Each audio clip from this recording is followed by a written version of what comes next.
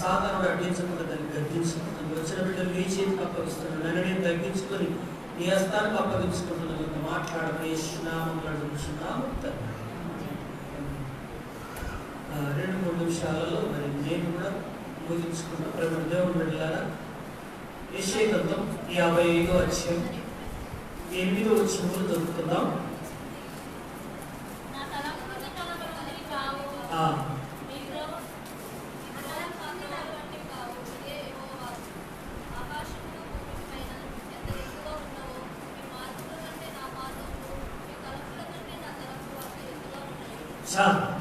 వచ్చిన మనందరితో పరిశుద్ధాత్మ దేవుడు అంటున్నాడు, నరుడా మీ తలంతులు నా తలంతుల వంటివి కావు, మీ త్రోవలు నా త్రోవల వంటివి కావు. మీ తలంతులు మీ త్రోవలు భూలోకానికే సంబంధించినవి, కానీ నేను పరలోకంలో ఉన్న కనుక తండ్రి చిత్తము నెరవేర్చి అంటాడు. దేవుని పరిశుద్ధ నామ స్తోత్రం కలుగును కనుక ఎక్కువగా మందిరానికి ఎవరొస్తున్నారు అని మనం చూసినట్లయితే లూకా సువార్త 6వ అధ్యాయము 20వ వచనంలో చదువుతున్నాం.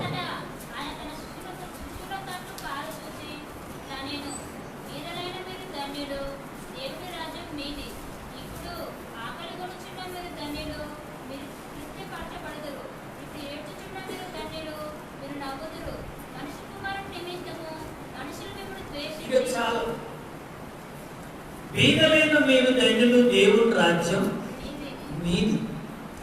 ఇప్పుడు ఆపదలలో ఆకలుగని బాధతో మందిరానికి వచ్చిన మీరు ధన్యులు.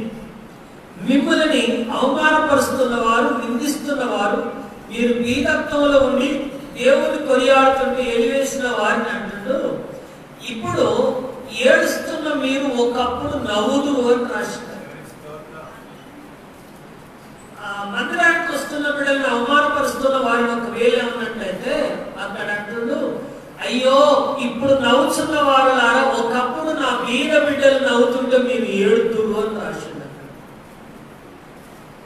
దేవుని పరిశుద్ధ నామ స్తోత్రం కలుగును కనుక యాకోబు పత్రిక 2వ అధ్యాయము 2వ వచనములు చదువుకుందాం.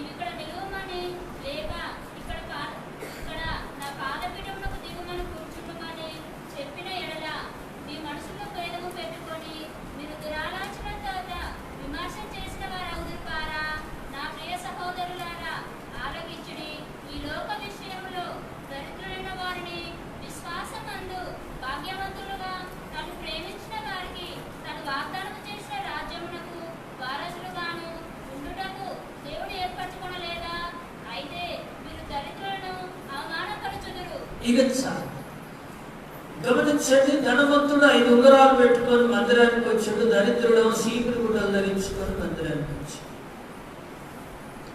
దరిద్రుడు ముందలు వచ్చాడు, మందస్థం కాడ కింద కూర్చోడు, ధనవంతుడు వెనక కార్లు వచ్చాడు.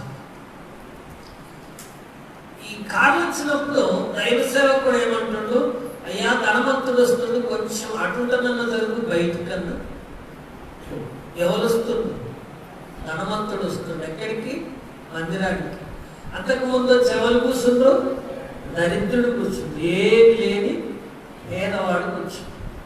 అంటే ఈ ధనవంతుడికి భయపడి మాట అంటాడు. ఈ ధనవంతుడు కొన్ని నిమిషాలు నాతో మాట్లాడి వెళ్ళిపోతాడు, వెళ్ళిపోయేంత వరకు బయట నిలబడవా. ఈ మాట ఎవరిన్నారు? దేవుడు. అప్పుడు ధనవంతుడు వైపు చూసి అంటుడు, మరి నేను దరిద్రుని ధనవంతుడిగా చేయాలనుకుంటున్నా కదా, అతన్ని మంచి మాటల ద్వారా నువ్వు పైకి తీసుకొస్తావు అనుకున్నా, కానీ నువ్వే అతన్ని ఎలివేస్తే ఇంకా తెలియని వారు ఏమంటారు ఆయనని అని చెప్పి ధనవంతుని గద్దించి బీదవానితో అంటుడు. ఏమంటుడు? ద్వితీయోపదేశకాండం 15వ అధ్యాయము 5వ వచనంలో చదువుకుందాం.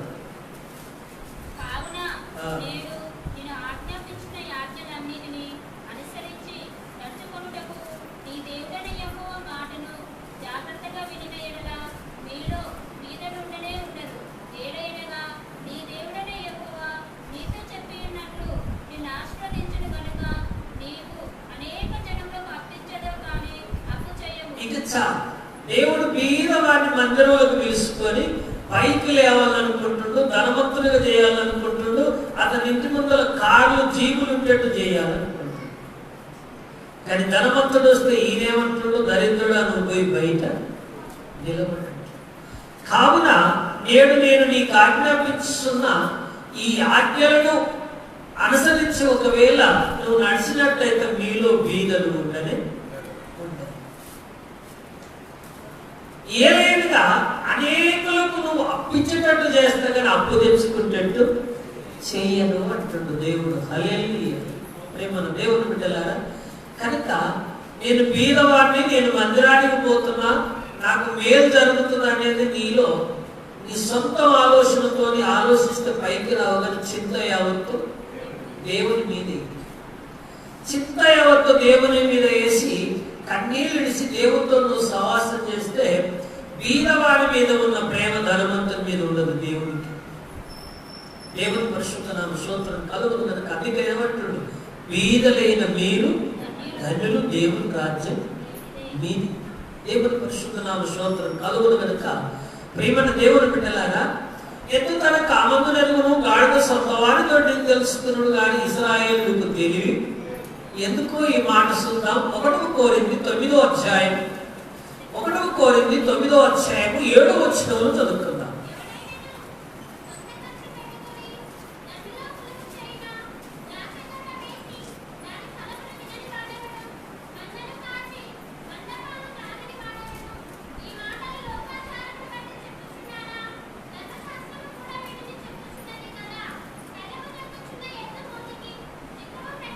ఇక చాలు. ఇదిగో తొడేల మధ్యకు గొర్రెపిల్లను పంపినట్టు నేను మిమ్మల్ని పంపిస్తున్నాను అన్నాడు. ఇక్కడ మళ్ళీ ఏమంటాడు, కళ్ళం దొక్కే మూతికి మనందరి మూతలకే ఉన్నాయి. హల్లెలూయా. ఎందుకు వచ్చిందో ఇంత కర్మ. హల్లెలూయా. పౌలు అంటుండు, కళ్ళం దొక్కే మూతికి సిక్కం పెట్టొద్దు అంటుడు. భయం ఉన్న వాళ్ళు అందరినీ చెప్పే తీసేటట్టు అసలు తీస్తారో తీయం. హల్లెలూయా. ప్రేమను దేవుని బిడ్డలారా గమనించండి. అయితే ఈ మూతికి ఈ సిక్క కూడా పెట్టుకోకుండా ఉండాలంటే సమయం లేదు. యెషయా గ్రంథము 26వ అధ్యాయము 2వ వచనంలో చదువుకుందాం.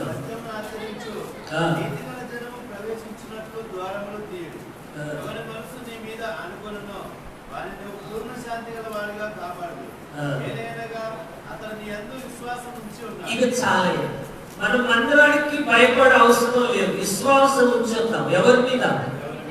మా మీద పెట్టి రాకండి. ఎవరి మీద పెట్టి రావాలి? దేవుని మీద పెట్టి రండి. నీ విశ్వాసమే నిన్ను స్వస్థపరుచును అని రాశాడు. హల్లెలూయా. విశ్వాసం లేకుండా నువ్వు వచ్చినా, విశ్వాసం లేకుండా ఏం చేసినా దేవుడు ముట్టేవాడు కాదు.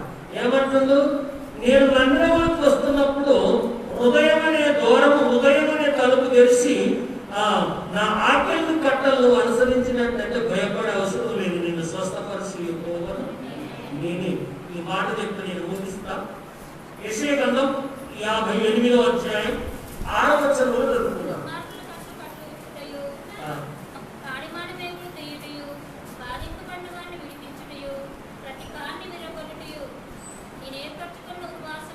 ఇక చాలు.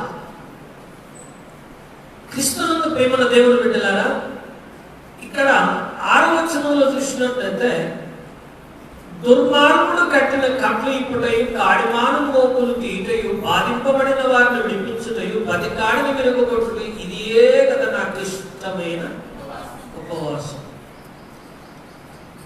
శుక్రవారం నాడు మరి ఇది బస్తి కనుక శుక్రవారం ఇక్కడ ఉపవాస కోరికే ఇంకా నడుస్తలేదు కనుక, పల్లెటూరు కనుక కాసరబాదలు నడుస్తుంది. మీతో నేను ఒకటి అడుగుతున్నా. ఇందులో నాకైతే తెలియదు, రాత్రి 7 నుంచి ఇప్పటి వరకు ఎన్ని ఫోన్లో వచ్చినాయి. దయచేసి బతిలాడుతున్నా. మరి అందరూ వచ్చారు ఆ మందిరానికి? నిద్ర లేకుండా చేస్తారు ఫోన్. అయితే కానానులో నుండి స్త్రీ తూరు సీదోను ప్రాంతంలో ఉన్నాడని ఎత్తుకుంటూ వచ్చింది అవసరానికి. చెల్లుల్లా ఊక ప్రార్థనలు చేయించుకోవటం, మళ్ళీ మందిరానికి రాకుండా ఉండటం. మరి ఎందుకు రావట్లేవంటే ఏంటిదట కారణం. హల్లెలూయా. మరి 100 మంది తెలంగాణ చేస్తే ఈ సేవకుడు ఎప్పుడు నిద్రపోవాలి? మీ కొరకు అన్నం నీ లేకుండా కూడా నిద్ర కాస్త కానీ మరి మందిరానికి వస్తుర్రా?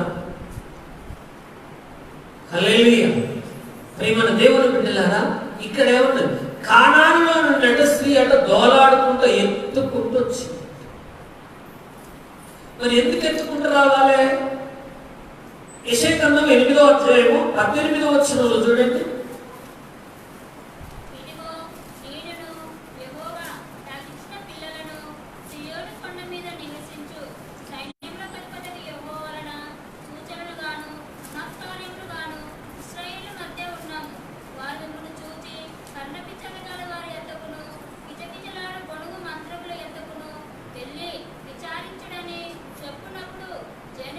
ఇక చాలు.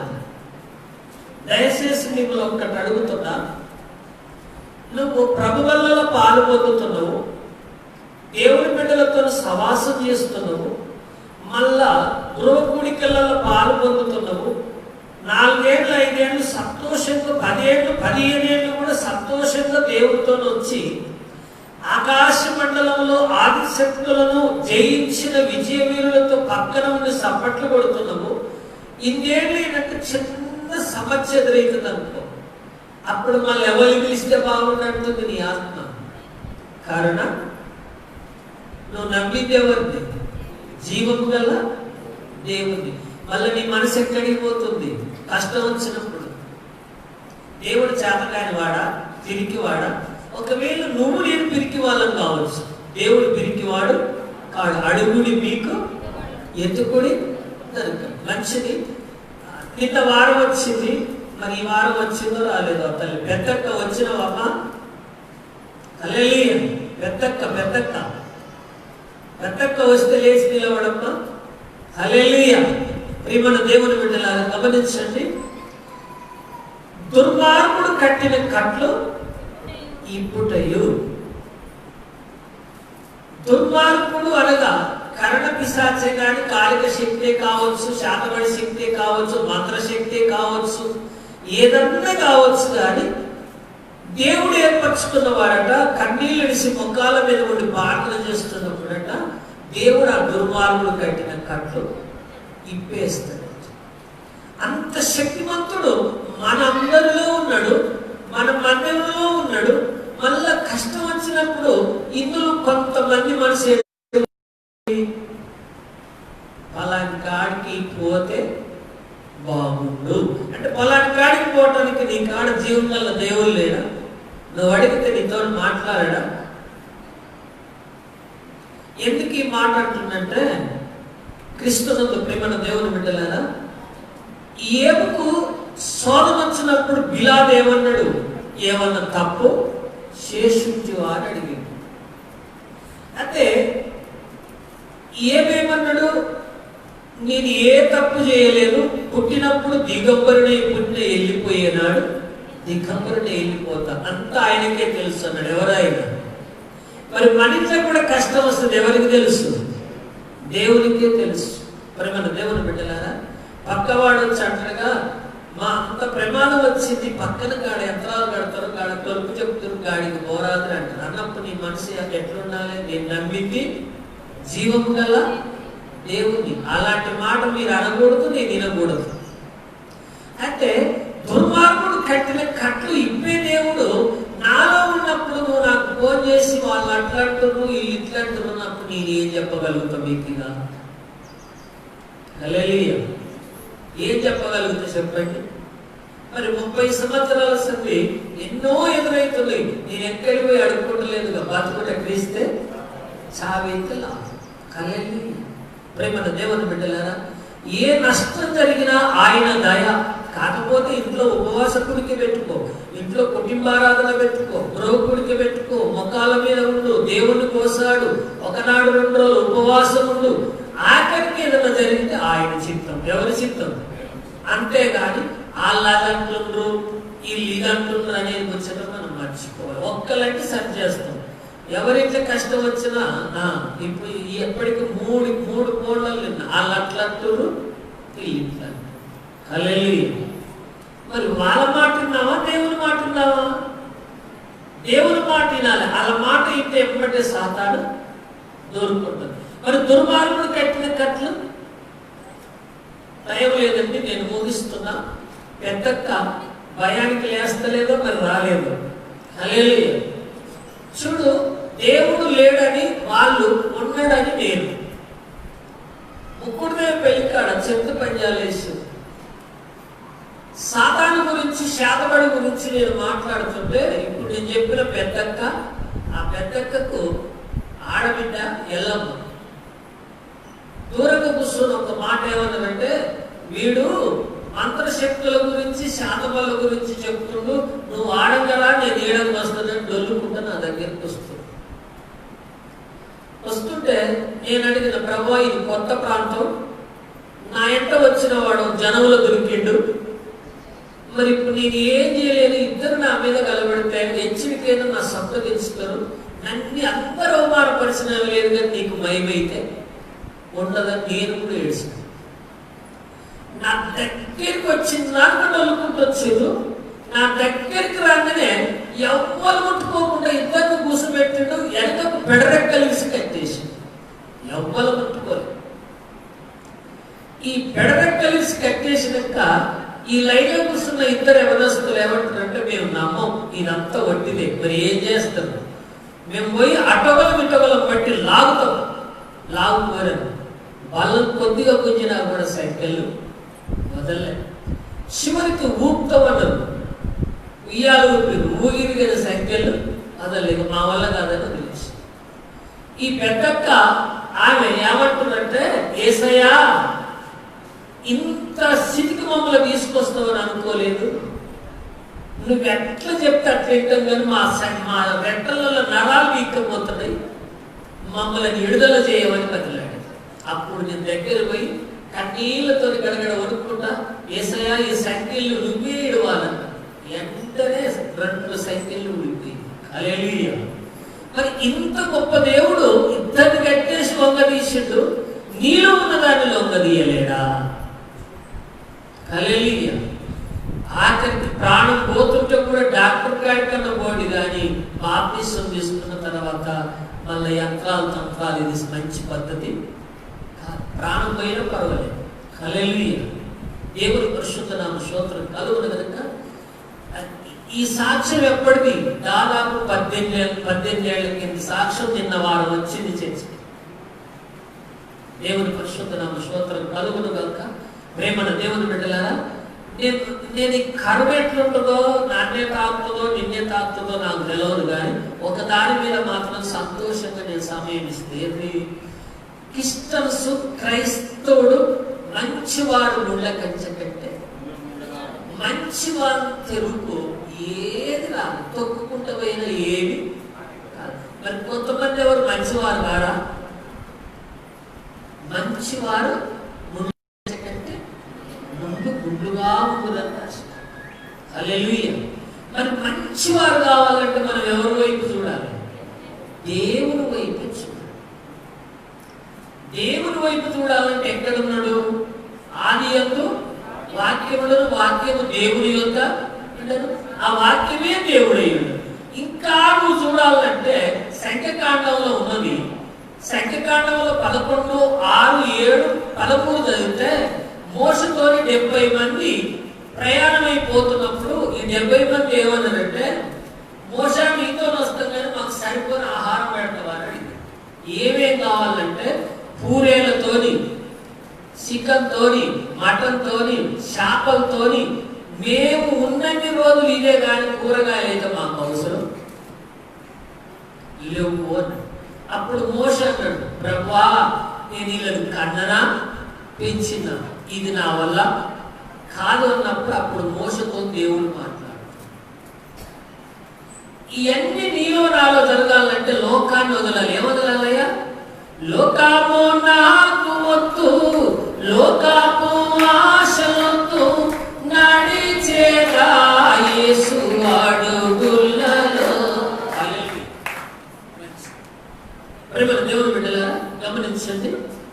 చివరి మాట చదివి యెషయా గ్రంథం 57వ అధ్యాయము 3వ వచనం. వ్యభిచార సంతానమా, వేశ్య సంతానమా, మీరు ఇక్కడికి రండి. మీరు ఎవరిని ఎగతాళి చేయుచున్నారు? ఎవరిని చూసి నోరు తెరిచి నాలుక చాటు? ఇది చాలా టైం లేదు. చూడు, ఇదిగో తొడేల మధ్యకు గొర్రె పిల్లని పంపినట్టు నేను మిమ్మల్ని పంపుచున్నాను. మరి ఒకవేళ నిజంగా ఈ శాతవల్లు, దయ్యాలు, మాంత్రికులు ఉన్నట్టయితే ఇప్పటికి 30 సంవత్సరాలు ఈ కారణంగా పోయి వచ్చినాయి. ఇంతవరకు ఏది ఎక్కడ ఒక్కడు కూడా తార్సిల్లలు ఎదురు కూడా పోరాడి కూడా గెలవలేదు. మరి మన ఇళ్ళకి ఎందుకు వస్తున్నాయి? నీ విశ్వాసమే నిన్ను స్వస్థపరుస్తుంది. ఒకళ్ళు నమ్మి ఒకళ్ళు నమ్మక ఆ నమ్మిన వాళ్ళు కూడా చక్కగా మందిరానికి రాక ఏమెంటాడుతుంది? ఇళ్ళల్లో సాతాను ఎంటాడుతుంది. ఇప్పుడైతే ఈ కరుణ గురించి అయితే, ఒకప్పుడైతే పోళ్ళు వచ్చేది, ఆడ కలిసిన ప్రేమ చూపేది. 2 కుటుంబాలు పోలేదు, మందిరానికి రావట్లేదు. ఏం దొరకబడింది? ఈశ్వరపేటని. హల్లెలూయా. ప్రేమల దేవుడు బిడ్డలారా, అంత అదనున్నాడు. కరుణమైనంత మళ్ళీ వచ్చి అవలించుకుంటాడు. గెలిస్తే ఇటువంటి కష్టాలలోనే గెలవాలి, ఇటువంటి కష్టాలలోనే పోరాడాలి. ఇటువంటి నిన్న ఇక్కడ కాలం పెళ్లి వేయించిన మధ్యాహ్నం బయటికి దేవుని పరిశుద్ధ స్తోత్రం కలుగుతుంది కనుక ప్రేమల దేవుని బిడ్డలారా, ఏ సాగేదా యేసుతో ఒక్కటి అడుగుతున్నా, దేనికి భయపడకండి. మూతులకు గుడ్డలు కట్టుకోండి, గుడ్డలంటూ ఏంటో కట్టుకొని ఎడగా కూర్చోండి. కానీ అమ్మో వచ్చే వారం వస్తా, మళ్ళీ పోయే వారం వస్తే ఇప్పుడు 5 నెలలు మళ్ళీ ఇట్టే 2 నెలలు ఉంటుంది. ఇక నువ్వు వచ్చేది అన్నాడు మందిరానికి. దేవుని పరిశుద్ధ స్తోత్రం కలుగుతుంది కనుక ఇంట్లో గ్రూపుడిక పెట్టుకున్నప్పుడు కూడా నీ బుద్ధి కట్టుకో, నా బుద్ధి కట్టుకుంటా. కట్టుకున్న తర్వాత పోరాడదాం. ఎవరితోని? దుష్ట శక్తులతోని, శాతపడి శక్తులతోని, మంత్రశక్తులతోని, కరడ పిశాచుతోని, మాంత్రికులతోని వాళ్ళని కూడా మార్చి నీ రాజ్యం. ఒకవేళ అప్పుడు నిజంగా ఆయన మంత్రకట్లు గొప్ప అయితే ఆ జీసస్ ను పడేస్తే అప్పుడు దేవుడు లేడన్నా. దేవుని పరిశుద్ధన మంత్రం లేదు, తంత్రం లేదు, కరణ లేదు. మూతి కూడా కట్టుకొని వచ్చి ఎట్లా చేయాలి ప్రార్థన? గడా గడ కొనుక్కుంటూ చేయాలి ప్రార్థన. ఎందుకు కొనుక్కుంటూ చేయాలి? గడా గడ 40 దినములు అడవిలో ఆయననే ఆపింది. ఆపి చివరికి ఏమన్నది? నా కాళ్ళు మొక్కుతావు అన్నది. యేసయ్య నువ్వెంత నేనెంత. హల్లెలూయా. దేవుని పరిశుద్ధ నామ స్తోత్రం కలుగుతుంది కనుక ప్రేమల దేవుని బిడ్డలారా, నీ సాగేదా దేనికి భయపడకండి. వాక్యానికి, ఒక్క వాక్యానికే భయపడండి. ఆయన నిన్ను అన్యాయం చేసే దేవుడు కాడు కాబోడు. వాక్యం చదవండి, వాక్యం రాకుండా మొక్కాల మీద ఉండి ప్రార్థన చేయండి. 2 అంశాల ఖడ్గం దేవుని పరిశుద్ధ అవసరం. ఏ భయపడే అవసరం లేదు. నిన్న నన్ను ఒక ఆయన అన్నాడు, ఇంకెన్ని ఏళ్ళు ఉన్నాయంటే ఎందుకు అన్నా. 60 ఏళ్ళు దాటితే తిరగొద్దట కదంటే, మరి మోషన్ అట్లా అనలేదు కదా, ఆయనకి 80 ఏళ్ళు ఉన్నాయి కదంటే. అమ్మో నీకు చెప్పలేదు అంటాడు. హల్లెలూయా. నాకు చెప్పేదేంటి? దేవునికి చెప్తాను. దేవుని నేనేమన్నా తప్పు చేస్తే కదా. దేవుని పరిశుద్ధ స్తోత్రం కలుగుతుంది కనుక మిక్కిలిగా ఆయన మనల్ని ప్రేమించి ముద్దు పెట్టుకునే దేవుడు. శోధన సహించువాడు. ఏం శోధన? చూడండి, బంగారం లాంటి మందిరము. ఈ మందిరానికి కొద్దిగా ఉష్కదేవాలన్నా కూడా కన్న శరళిని దేవుని పరిశుద్ధన పాపం తోలటోళ్ళని తిప్పలు పెట్టిర్రు, నది తిప్పలు పెట్టిర్రు. వాళ్ళు కూడా ఏమో కష్టపడి రావుష్క బయటికి రావాలి. ప్రేమ దేవుని బిడ్డలారా, కనుక బండ్లు కూడా ఆపేసింది. ఎన్ని ఆపేసినా కూడా ఆ కరుణామయుడు గొప్ప దేవుడు ఇప్పటికీ లాక్కొని రాని వచ్చిన ఉసిక. హల్లెలూయా. ప్రేమల దేవుని బిడ్డలారా, కాకపోతే బంగారం కొన్నట్టే ఒక్కొక్క టక్కుకు 3000 దాటింది. అయినా పర్వాలేదు, మందిరానికి వచ్చింది. హల్లెలూయా. ప్రేమల దేవుని బిడ్డలారా, గమనించండి, ఆయన పని ఏ జన్మలో కూడా ఆగదు. మనం ఆగి తాగవలసింది, కానీ మనం తాగితే మందిరం కూడా ముందుకే నడుస్తుంది. ఆ ప్రబల వారు నాకు ఇచ్చిన సమయం ఈ కొద్ది మాటలు దేవుడు దీవించునుగా. నీ సాగదా ఏసుతో సాగిపోదాం.